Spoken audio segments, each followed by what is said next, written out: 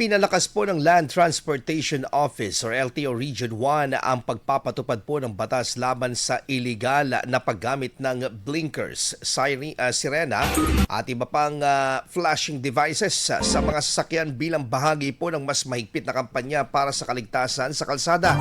Sa isinagawang enforcement at koordinasyon, natukoy ang isang sasakyan na may nakakabit na hindi otorisadong signaling devices na agad na sinita ng mga otoridad at may-ari ng sasakyan.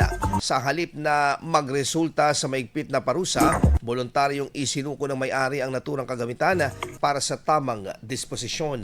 Ayon sa LTO Region 1, ang hakbang ay alinsunod sa umiiral na mga batas sa pagbabawal sa paggamit ng sirena, blinkers at kaparehong kagamitan sa mga pribadong sasakyan upang maiwasan ang kalituhan sa kalsada at mapanatili ang kaayusan sa trapiko. Ang kampanya ay bahagi ng patuloy na pagpapaigting ng ahensya na magpapatupad ng regulasyon ng transportasyon upang matiyak ang mas ligtas, disiplinado at maayos na daloy ng trapiko sa rehiyon.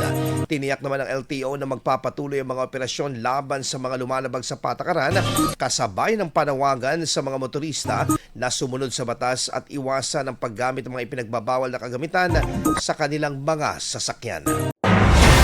IFM News. IFM News.